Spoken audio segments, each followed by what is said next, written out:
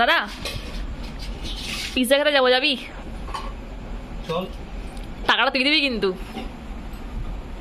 যদিও মুখ বানিয়ে কোনো লাভ নেই, কারণ টাকাটা তো ওকেই দিতে হতো, কারণ আমি তো ছোট। যাই হোক, তো চলে এসেছিলাম আমরা পিৎজা বেলাতে। সুন্দর একটা অ্যাম্বিয়েন্সের সাথে মেনু কার্ডটা দেখলাম, পিৎজার অনেক রকম ভ্যারাইটি আছে, প্লাস এখানে বার্গারও পেয়ে যাবে তোমরা। কখন থেকে বসে আছে ফোন ঘাটছে, আরে কিছু তো অর্ডার দে। গলা নাবিয়ে মনা, কার সামনে কথা বলছিস? গলা নাবিয়ে।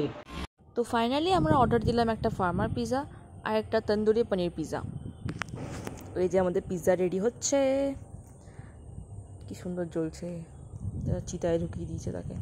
যাই হোক, পিৎজার জন্য অপেক্ষা করতে করতে ভাবলাম নিজের থোবড়াটাও রেকর্ড করে নিই একটুখানি। যাই হোক, আমাদের ফার্স্ট পিৎজা চলে এসছে, এটা হলো বারবিকিউ পনির পিৎজা। আসতে না আসতে খুঁটে খাওয়া শুরু। যাই হোক, সেকেন্ড পিৎজা চলে এসছে আমাদের, এটা হচ্ছে ফার্মার পিৎজা। আমাদের মাশরুম টাশরুম অনেক কিছু বাগাড়া বাগাড়া দেওয়া ছিল। দাম অনুযায়ী আমার পিৎজার কোয়ান্টিটিটা বেশ ভর্তি লেগেছে, তো দাদাকে বলছিলাম টেস্ট কর কেমন লাগছে খেতে। ফার্স্ট অ্যাটেম্প্ট ফেল, সেকেন্ড অ্যাটেম্প্টও ফেল, থার্ড অ্যাটেম্প্টও ফেল।